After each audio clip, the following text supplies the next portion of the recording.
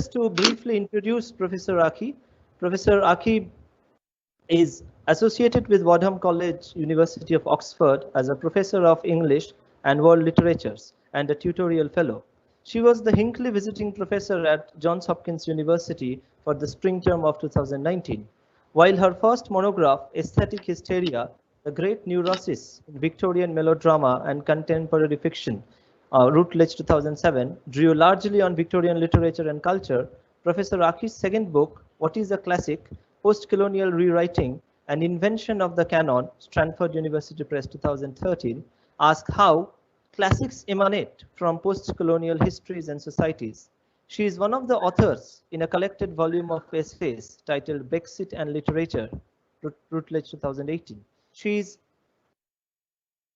currently working on an interdisciplinary project that examines the institution of psychoanalysis and its vexed relationship with race and the urban poor in the context of three global cities, Mumbai, London, and New York. Professor Ankhi's primary teaching areas are Victorian and modern British and Anglophone literature, critical theory and intellectual history, particularly psychoanalysis and post-colonial world literatures. She was the deputy chair of moderations in English language and literature from 2011 to 12 and a chair of preliminary examination from 2012 to 13. She is also the editorial board member of internationally renowned publications like Cambridge University Press, Stanford University Press, Routledge, and a host of journals like Ariel, Notes, and Queries, and Kilalo. She is also the editorial board member of Oxford Bibliographies Online, Contemporary Literature, the Cambridge Journal of Postcolonial Literary Inquiry, and Woman, a Cultural Review. We are really honored to host Professor Ankhi and Nigel in this event, and I now transfer the talk directly to Ankhi. Yeah, Professor Ankhi, you're live now. Well, thank you very much, Shubhru, Dr. Shah. Can you hear me? Yeah, it's audible. So you can hear me? Great. So I would like to thank you, Shubhru and Dr. Shah and Amity University for inviting me to this online international conference. I was actually meant to be in Kolkata today. So this is kind of, really it's a consolation prize, but a prize nevertheless to be in the Indian classroom somehow or the other. I should start by saying that I'm sorry if the Post-Humanities of the title made you think I was going to talk about cyborgs. So no cyborgs, no post-human bodies here, as defined by biogenetic, digital, and medical humanities, environmental, animal rights, or cognitive discourses. But I am indeed going to talk about the post-anthropocentric world, which unites these different and competing discourses. What then constitutes the humanities in post-humanities? And if not anthropos, what new centers might we be gravitating to? As everyone present is aware, the Anglo-American Academy, of which I have been a part since the mid-90s when I started grad school in the United States, has been singing the blues about humanities for a while now. In his 1999 Chronicle of Higher Education piece, for instance, Robert Weisbuch said, "It's bad," so he's talking about the humanities, "it's bad, it's getting worse, and no one is doing much about it." This was a much cited, oft cited article at the time. The reasons Weisbuch lists seem utterly relevant in the present time. Dwindling percentages of undergraduates specializing in humanities fields, decreased funding for faculty research, salary gap between full-time humanities scholars and other fields, salary gap between full-time humanities scholars and their part-time colleagues, dismal job prospects for graduate students, even in the boom economy of Weisbuch's time. The humanities, Weisbuch observes in that pre-millennial moment he's writing in 1999, are far less surely at the center of higher education than they once were. No one's even angry with us now, just bored, he says. I don't have the time to go through all of his 6 proposals for reviving the humanities, but we'll dwell on the last proposal, which is to become newly public or communicate and interact better with the world outside the ivory tower of universities. As scholars have pointed out, the word humanities is relatively recent. It's not found in the OED and its sort of supplement in 1933. It's not found in circulation until after the Second World War.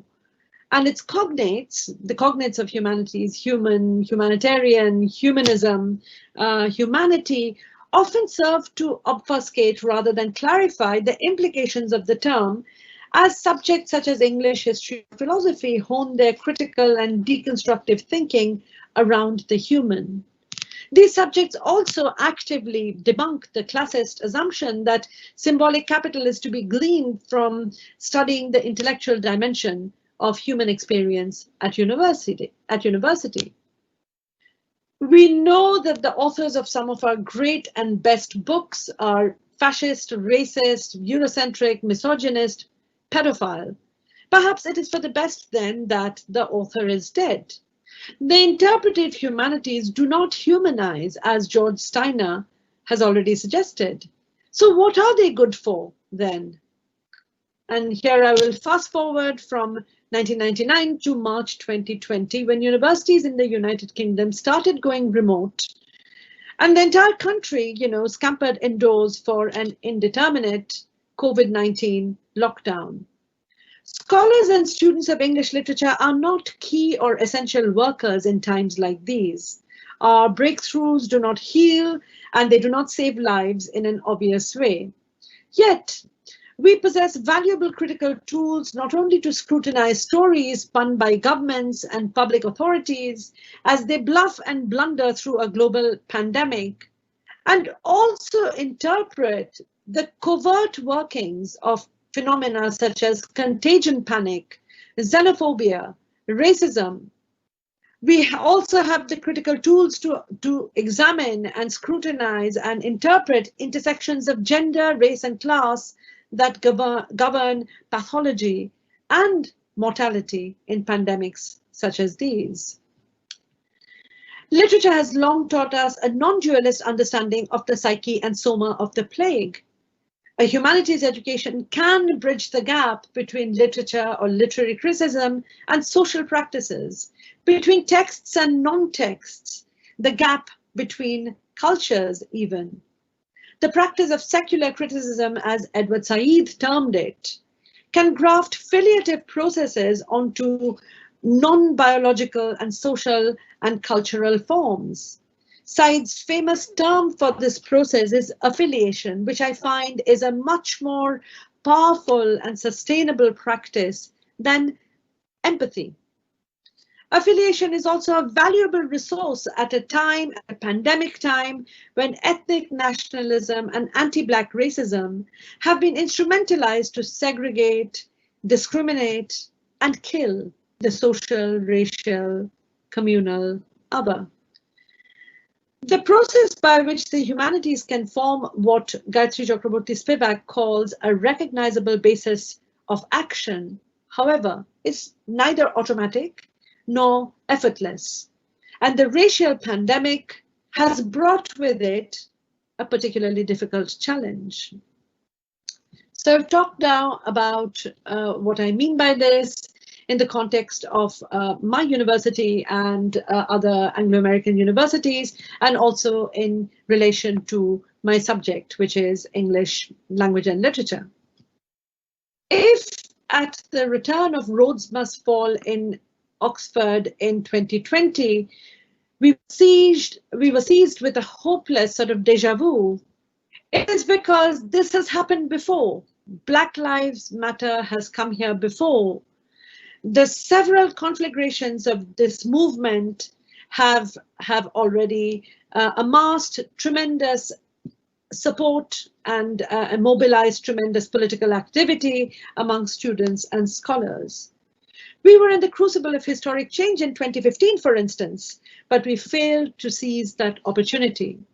Rhodes Must Fall Redux has made the through lines between statue toppling and the prevention of callous murders of Black people more evident than ever. The history of slavery and colonialism, we are realizing, is refusing to go away, and abolition has not yet been achieved. Governments and governing bodies, instead of making this horrible history go away, is asking us to unsee its edifications, as if there was no relation between the Victorian reinvention of roads or the slave trader Edward Colston. Now, Edward Colston is the father of the city in Bristol. So, as if there were no relation between the Victorian reinvention of these figures and the consolidation of the gains of structural and systemic racism. One of the most powerful meditations on overthrowing the psychic thrall of colonialism is Ngugi wa Thiong'o's Decolonizing the Mind, which begins with a reckoning of the business of empire. Imperialism, he says, is the root of consolidated finance capital. Imperialism presented the struggling and wretched peoples of the earth with the ultimatum: accept theft or death. Imperialism is embedded in post-colonial and neoliberal universities, its foundations built into language and literary studies. For the modern university to not become neo-imperial, for it to proclaim what Ngugi called liberty from theft, it must unflinchingly confront the violence of its formation and perpetuation. So this is my vision for the post-humanities, for the post-COVID university. For every university shaped by the legacies of colonialism and Atlantic slavery, this would involve interlinked processes, an ongoing scrutiny of unexamined course content and curricula, an overhaul of teaching and learning methods, an expansion of the debate on decolonization to the sciences, not just the humanities and arts, where they often originate and gather critical mass. Beneficiaries of the colonial and tricontinental slave trade must acknowledge their relationship to, their unwitting or unthinking complicity with, in these obdurate legacies.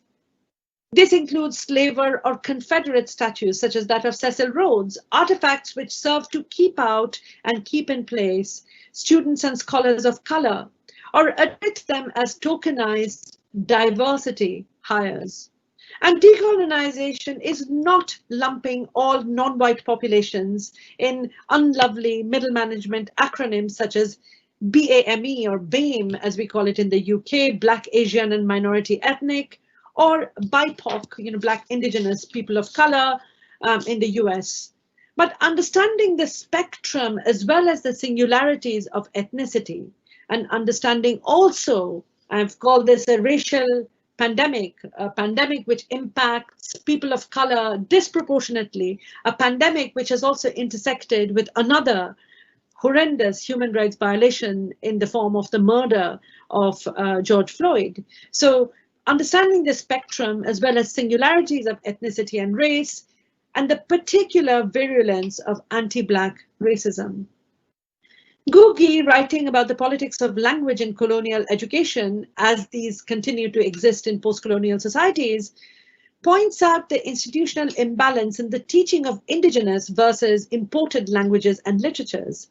These relics of imperialism, such as the study of English literature, the once invasive but now standardized epistemologies, languages, methodologies, must be contextualized at every step in order to de-imperialize the university, whether in an erstwhile colony or a metropolitan center such as Oxford.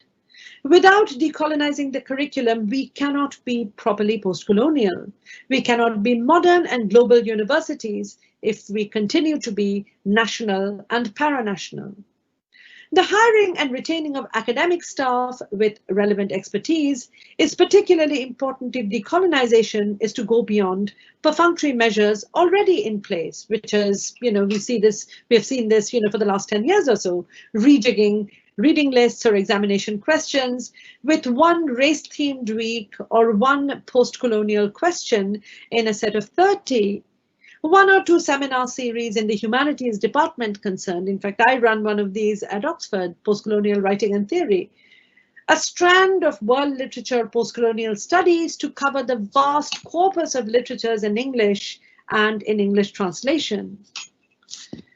So a certain kind of intersectional thinking is very key in redressing the lack of university.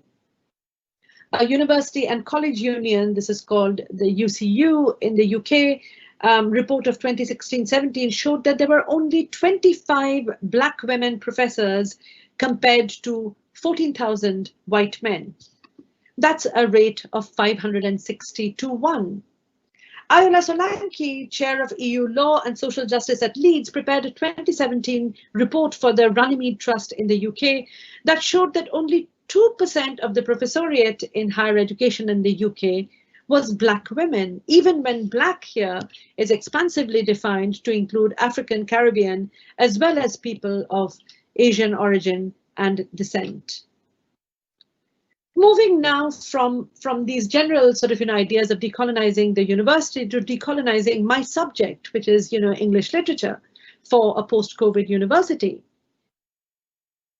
Initiated by the Rhodes Must Fall protests in 2015 and 2016 in South Africa first and then Oxford, students are increasingly asking for curricular revision. Not just English literature students, but history, political science, anthropology, international relations. This demand, as I mentioned before, is not just for tokenist inclusion of BAME writers, but for the contextualization of scholarship and the infrastructure in which this scholarship is undertaken in the history and afterlives of colonialism and Atlantic slavery.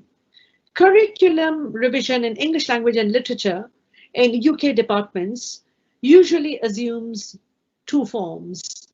The first is a reclaiming of strategically silenced writers of color. And I'm talking here also of the US Academy. As Toni Morrison states in the introductory pages of her kind of iconic book, Playing in the Dark, the project of extending the study of, she had written this book about extending the study of American literature into a wider landscape. This is what she says. I want to draw a map, so to speak, of a critical geography and use that map to open as much space for discovery, intellectual adventure, and close exploration as did the original charting of the New World, but without the mandate of conquest. It's a really wonderful, very inspiring sentiment and thought that we want to expand, but without the mandate of conquest. This is what will define the post-humanities in a post-COVID university, an expansion and an extension without the exploration, charting, but without the mandate of conquest. Morrison called the abiding, yet not yet fully acknowledged African presence in American literature unsettled and unsettling.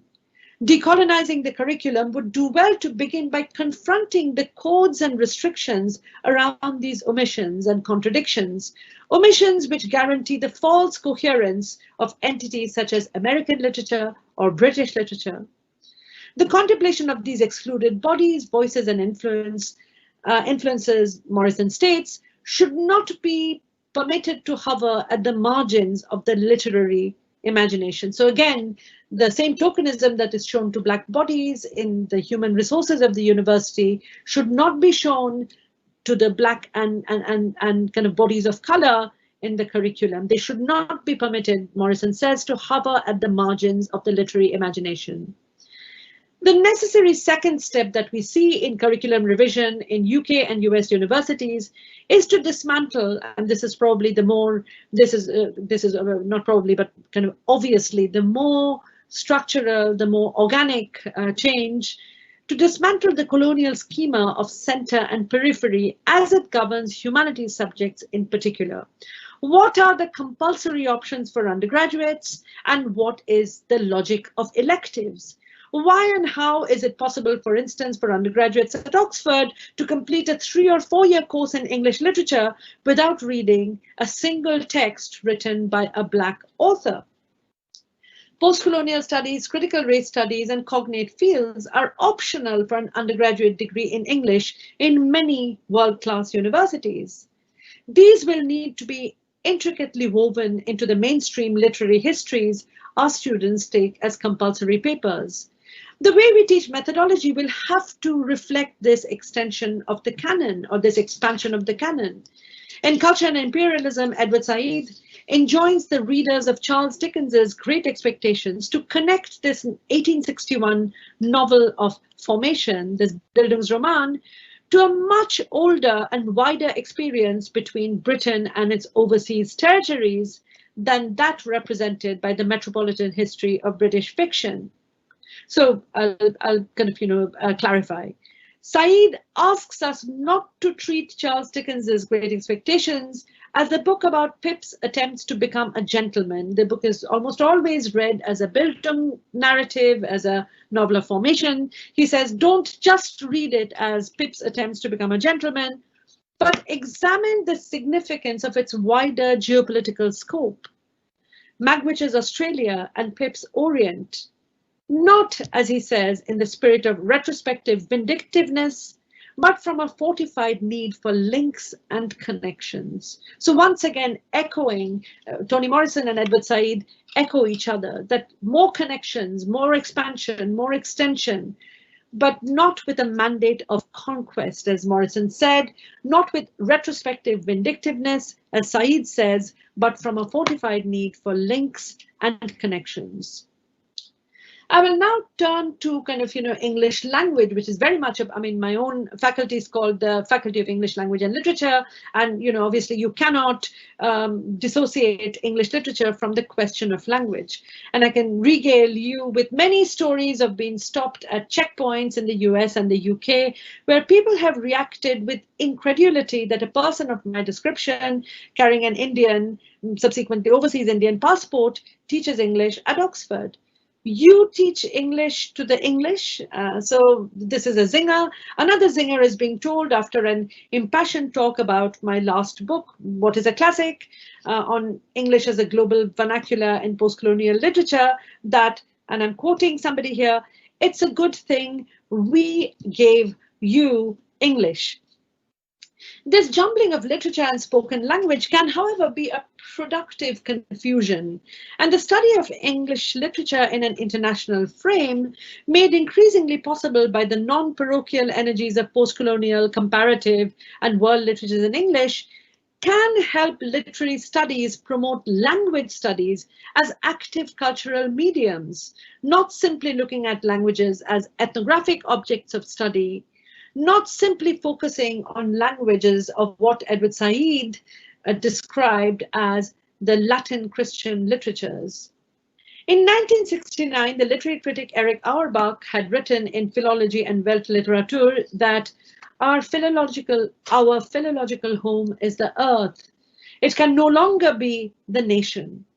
Auerbach was exiled for more than a decade in Istanbul after being discharged by the Nazis from his post at Marburg University.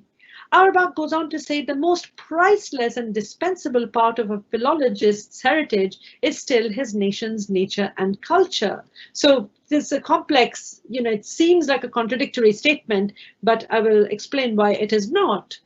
Because he goes on to add, so he first says, the philological home is the earth, it can no longer be the nation. Then he says the philologist's kind of, richest, greatest heritage is his nation's culture and language. He adds then that only when he is first separated from this heritage, however, and then transcends it, does it become truly effective. So this is not, some call for ethnic nationalism. It is a call for being rooted, being embodied and embedded in the national, yet transcending it. It's only in the transcendence that this particular national embeddedness becomes truly effective. I've often wondered, what does it mean for the critic to take the earth as their home? And how is the balancing act between the nation and the globe, excursion and circumscription achieved? It is a no-brainer that the global spread of English literature and language is a corollary to the ravages of colonialism and empire, Atlantic slavery, and of course, global capitalism. In the post-colonial era, the role of English has changed rapidly. Until the 1990s, Russia and China, for instance, were not very interested in the goings-on of Western societies. Most Russian and Chinese Anglophones had been killed or exiled after the communist revolutions, and they were never replaced. Even the KGB was short of English speakers. Much of the intelligence sent to Moscow by British spies Kim Philby and Guy Burgess was never translated.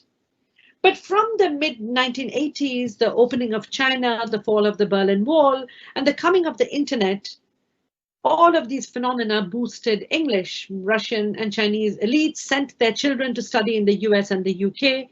From 1990s through to about 2010, British and American media and films gained unprecedented global influence.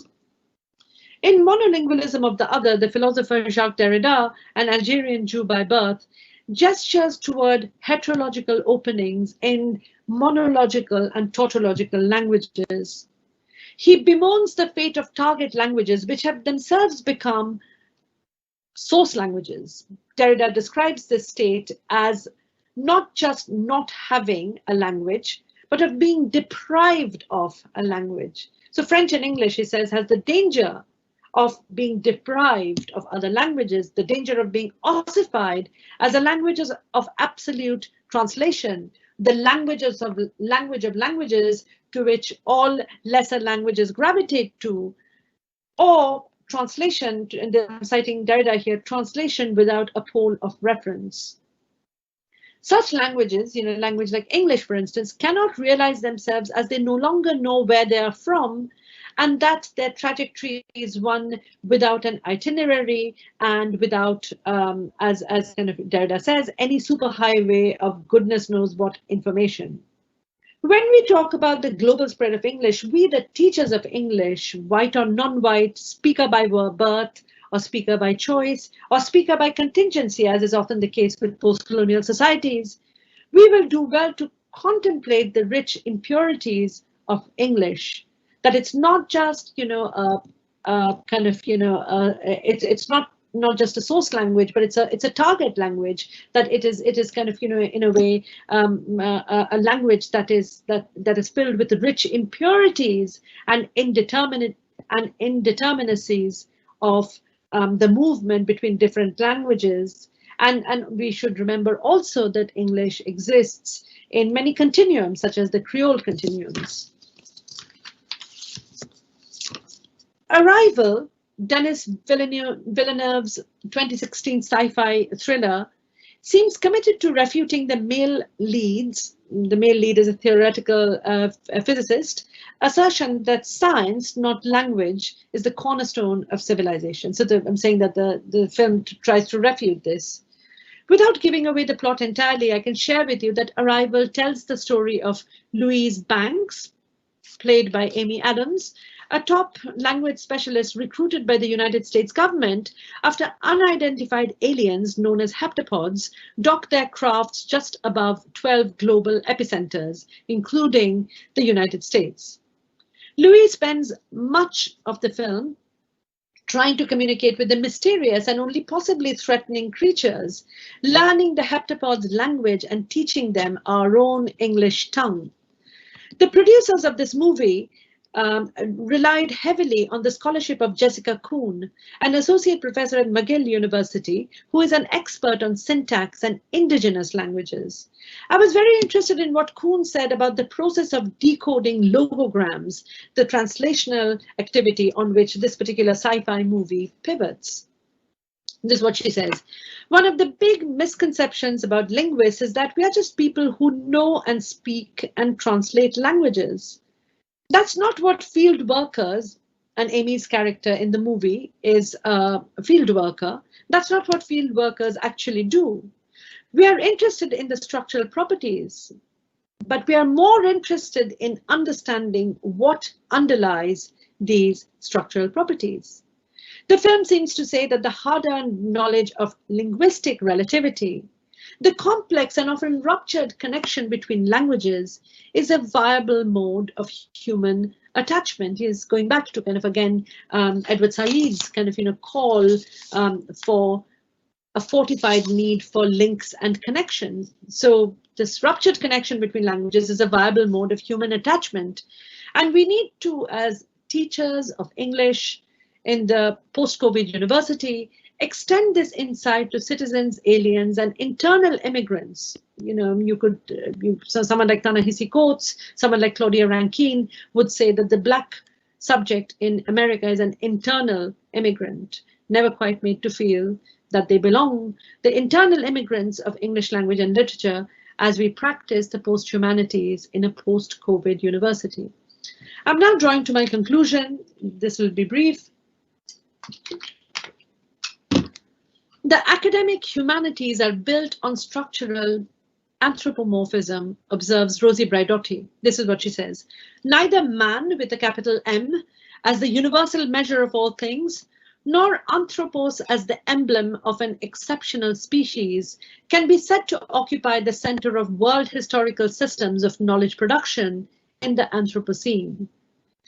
The word humanities in the title of this talk has a post prefix, not a de prefix. So I'm not kind of like, really doing away with the humanities altogether. I'm not saying de-humanities. I'm saying post-humanities. And post-humanities gestures toward an overcoming of the humanities as it is, without letting go of the utopianism of what it could be. The post-humanities gesture to the statue toppling of Rhodes Must Fall and an insurgency in the Anthropocene against class, race, gender, and even species supremacy. The time of the post-humanities is the time of the post-colonial, or the time after decolonization, which, as Fanon writes in The Wretched of the Earth, brings with it a new language and a new humanity. Fanon saw decolonization as a program of complete disorder, one which makes spectators crushed with their inessentiality, privileged actors. It is my hope that we will enter the post-COVID world and university with hard-won skills of thinking in common about common, global, and planetary problems.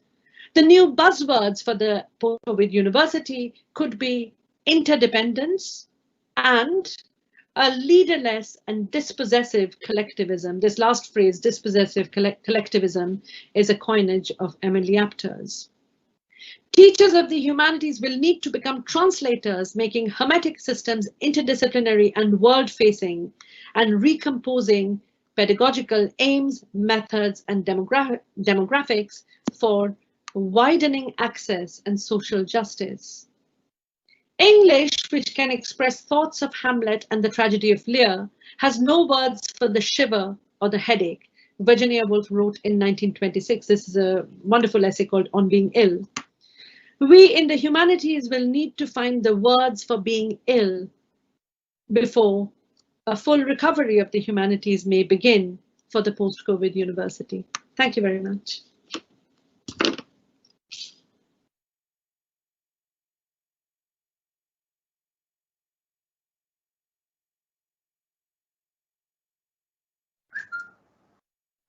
Thank you, Dr. Mukherjee. Dr. Shaha, should we proceed? Yes, we have Shubhra Shaha here, right. Yeah, thank you, Professor Ankhi, for this wonderful talk, and especially the way you ended it about this being not actually a humanities, but something which is calling for going beyond, something which is extending, but again, it is never entirely giving away the utopianism, the expectation that is always linked with there. I asked among the plenaries who are here already if they want to comment or add something to Akhi's presentation before we take question from the chat box. Anyone among the plenaries and keynote who are here already, if they want to speak or add something? Okay. So, yeah, hello. Yeah, so this is a question. I'm taking the question from chat box.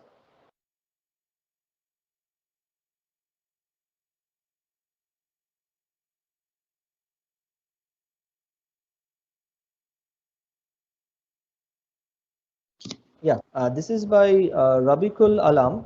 Rabiqul's question is that, to what extent do you consider deglobalization as a post-pandemic possibility?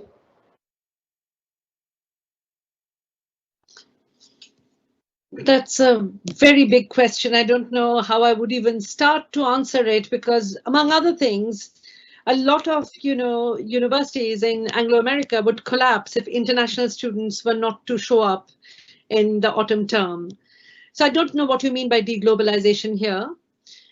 If you mean that by deglobalization that we try to dismantle certain hierarchies, that make border crossings easier for some and extraordinarily difficult for others, then I do hope, yes, that is the utopian hope, that we try and remove that kind of social inequality. But other than that, I'm not really sure how to respond to this very general and it's a very important question, but it's too big for me to try to answer. The next question is by Dr. Ratun Mohanta. His question is, how does your own immigrant identity help you understand the interplay of languages in global spaces of economic and political conjunctures? That's a great question, and I mean, I think the love of I'm from a small town in West Bengal. I grew up in a place called Bardhaman, so I mean, this is something that we all know. The love of English literature is a kind of a post-colonial malady. It's I did not. I trained as a Victorianist. I didn't train as a post-colonial scholar. But it's very interesting, and I kind of chart this in my book, What is a Classic? I became a post-colonial scholar when I came to Oxford because I kind of felt that I have 5 Indian languages. I have read compulsively Bengali literature. I have Sanskrit at university level, and it kind of felt wrong to actually not teach some of this literature and to kind of like chase after my Dickens and my Victorian melodramatists. So my DPhil, my PhD is on the history of hysteria in Victorian melodrama. So I mean, I wouldn't really say that this was brought on by racism, but it was definitely brought on by a desire to contribute to the study of literatures in English written by in the subcontinent, for instance, and the post-colonial world, with the kinds of materialist context that I already had. My languages, my own lived experience, the fact that I go to India like several times a year. So I wanted to bring that to the study of these literatures. It was not really my field when I was hired at Oxford. I was hired as a Victorianist. And of course, as I always say, that it's not just, the post-colonial outlook is not just about teaching post-colonial literatures, but it is about a certain kind of understanding of methodology, that these things, that the fortified need for connections, that you teach, Great Expectations and David Copperfield, you see in these books, not just kind of, the European, novel of formation, but you see in them that particular, connectedness, that understanding of Englishness in the context of an empire, which is the laboratory of that Englishness. So yes, I mean, I would say that, my being hired of English at Oxford University. I mean, it's kind of like, Michael Madhusudhan Dutta, coming to London and deciding to write in Bengali. It is definitely, this is something that happens to a lot of sort of, people from erstwhile colonies, that you arrive at a sort of white metropolitan center, and you kind of understand your own ethnicity, you understand your own kind of, philological longing.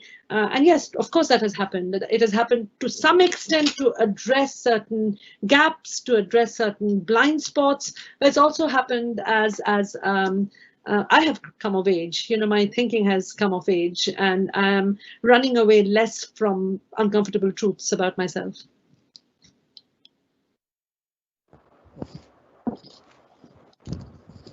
Thank you, Professor Ankhi. There is a last question which I am taking from the chat box. This is mainly about racial discrimination and the present situation about discrimination that is happening in America and every places. So with the racism happening under the garb of multiculturalism, what about the anti-black sentiments within the other communities of color? And how do we address this dichotomy? The BLM movement has been traced to political gangs like Antifa and other propaganda, whereby systematic injustice is prevalent to the lesser privileged everywhere, anywhere. But the subjugation of racism towards minority ethnicities is forging a division of racial ambiguity. But does this path lead the way to be deprived of one's vulnerable identity? I'm not entirely sure I understand the question.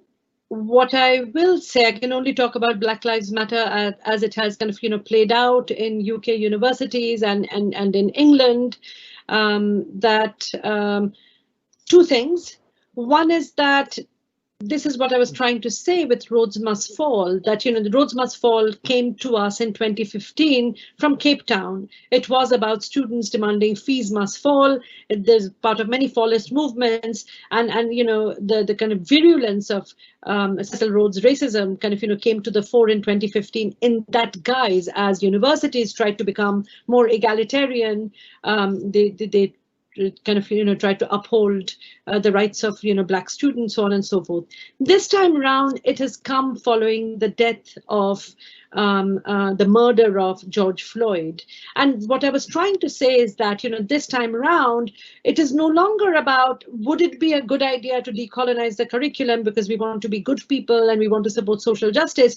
It is much more urgent than that, because we can kind of see the connection between revering a statue, a slaver statue such as that of Colston in Bristol, and the fact that these Black bodies are murdered time and again. We're beginning to see the through lines between systemic racism, as you see, and the virulent anti-Black racism that leads to Black deaths. So two things. One is that this is something that hasn't quite happened before. I think it is a combination of a pandemic. I mean, a lot of people say we are all in this together. Of course, we are not. Black people in the UK are 71% more likely to die. So Black and people of color, 71% are more likely to die of COVID than their white counterparts. So on the one hand, this is impacting Black bodies more, and this is not because of some sort of, genetic predisposed, genetic qualities. It is because of racism. It is because of poor living conditions. It's because of deprivation. A lot of, BAME, which is the category we use, Black, Asian, minority ethnic, a lot of BAME doctors and nurses fell ill with COVID because they were being shoved into contagious wards without proper protective equipment. So the pandemic has made the operations of systemic racism a lot less theoretical for us. We do understand how it really kind of makes this a very uneven playing ground for anyone who is of color. And secondly, I think the question that we are all in the midst of this kind of a global phenomenon. We are trying to stay uninfected and stay alive, and someone takes a Black life with impunity has hit people who don't even think of themselves as political or as activists. It has hit everyone very hard, that this cannot be the price of a Black life, and that we have to sort of, in a way, gather our resources to, in any way we can, to kind of protest it, to mourn that death, to properly mourn that death and make sure it doesn't happen again. I mean, for the first time, I've been in Oxford for 18 years. For the first time, I feel that certain voices around curriculum revision, not just the rejigging of lists, not just saying, oh, I'm going to teach in Victorian, for my Victorian literature paper, I'm going to teach 1 week on, slave narratives by Frederick Douglass and Du Bois, but a genuine need to kind of, rethink what constitutes the humanities, what constitutes university education, who is being taught, what are the structures of exclusion. the one final thing is that I don't know if the question also implied this. It's a very important point, is should Black be subsumed in the wars of all people of color? And that's a very, very important question, and something it's a cautionary question as well. And the answer is of course not. The virulence, as I tried to say, of anti-Black racism is like none other. Having said that, Ayola Solanki, the person I mentioned who prepared the list of Black women professors for the Runnymede Trust, I asked her why she included me, for instance. I'm not Black, I'm not Afro-Caribbean, and she mentioned, she said that it is very important to work together. And one of the watchwords of Black Lives Matter in 2020 is allyship. That you need to work together. This is not a Black problem. It is a brown problem. It's a white problem. It impacts all races. This virulent injustice to one demographic. But this allyship should not subsume the virulence of anti-Black racism. So there should be alliance. There should be solidarity, but not at the cost of saying definitely not all lives matter until Black lives matter. Thank you.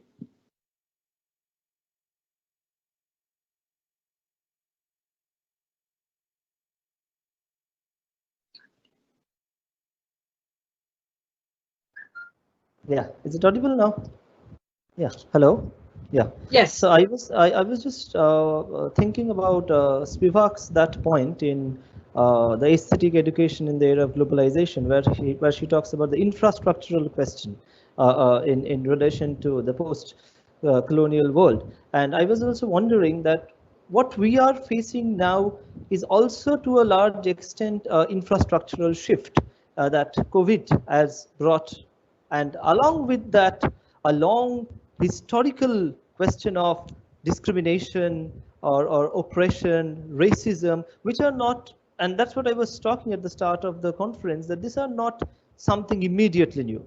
COVID is immediately new, and the infrastructural change that COVID is bringing, the infrastructural change that COVID is calling for, as if sometimes, as we can see in India and other parts, is bearing or coming over this kind of historical questions that had been there for a long time, as if they're being undermined. So in that context, I think the change in the idea of humanities, whatever that might be, I don't know, we cannot predict, because this kind of shifts have come many times. It also sometimes calls for rethinking this kind of negotiations also. So I would just ask what your point or what your views are here, because we all know that making curriculum or changing, I was attending your talk, that talk on decolonizing curriculum, where also these kind of issues were coming, like making the syllabi or thinking what text to add, how to teach. So just like we are going now digital, and there might be certain changes. So in that context, yeah, what are your, if you can reflect on a few things about. I mean, two of my suggestions for the post-humanities are, firstly, as I said, thinking in common, interdependence. If you look at, I often, I have a 21-year-old daughter, and I often say, what is the politics of your generation? And if you look at the politics, Extinction Rebellion, for instance, these are very leaderless revolutions. And I do think, as you said, that some of these things have already been there, and they are, the anxiety about climate change, anxiety about the Anthropocene has very much been there. Climate change activists have been like banging on about this, and there is so much evidence that the pandemic was caused because of kind of climate change, and because of kind of environmental factors. Correct. So two things, my two ways forward. I mean, like you, I'm skeptical about very superficial, very cosmetic things like rejigging curriculums, having that one post-colonial writing and theory seminar among the 30 that the English faculty hosts. I'm very skeptical about kind of, how much those will achieve, or how much structural change that those will achieve. But I do think we can think about thinking in common about common problems. This is what the pandemic has taught us. We have only been talking about one thing since March. you know, and what can we do about this? You know, can we make breakthroughs in, let's say, things like mental health, which is something I work on, or the intersection of mental health and poverty, when we are looking at similar manifestations of kind of, you know, malady in kind of different kind of, you know, global centers because of the pandemic. The second thing for me, as I have said, is that we as teacher of humanities have to become better translators. We have to kind of like, you know, we should not fear becoming interdisciplinary and multidisciplinary. You know, I mean, I work with psychiatrists and psychologists, and when I started, you know, the sense of inadequacy and the sense of, you know, kind of like being untrained was profound in me. And I would tell them that, you know, I don't know anything. I'm just interested in this question. Teach me. I will retool myself. You know, I will read out all the material I have to. I do think that the humanities, you know, we have to survive. We have to become interdisciplinary in these very muscular ways.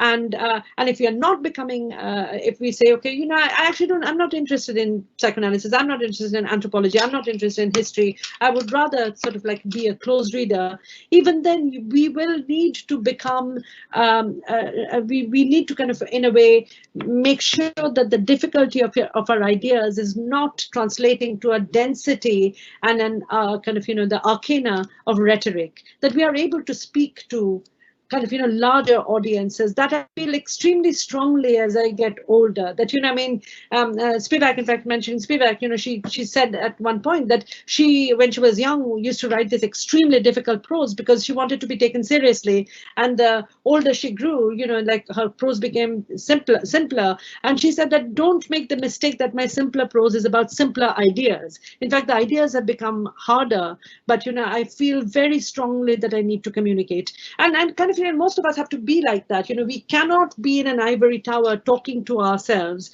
cannot have, you know, a book that is only read by our mother. We have to really reach for bigger audiences for all the reasons I mentioned. You know, think about how well a humanities student can understand the bluff and bluster of different governments as they have kind of like messed up pandemic management. Think about how a humanities student can interpret the psyche and soma of something like COVID. You know, I mean, so there are certain invaluable critical tools that our humanities education equips us with, but we should share them with others, and we should not hide behind rhetoric and jargon. And as I said, I have absolutely no shame or fear in these sort of like, you know, interdisciplinary connections. You know, I mean, Nigel, I missed your talk because I was really like struggling with technology at that point. But, you know, digital humanities, medical humanities, look at these assemblages. I'm all for these assemblages. I think that's the way forward. And I unfortunately missed your talk because of this university meeting I had to attend. So we'll have to catch up later. Sorry.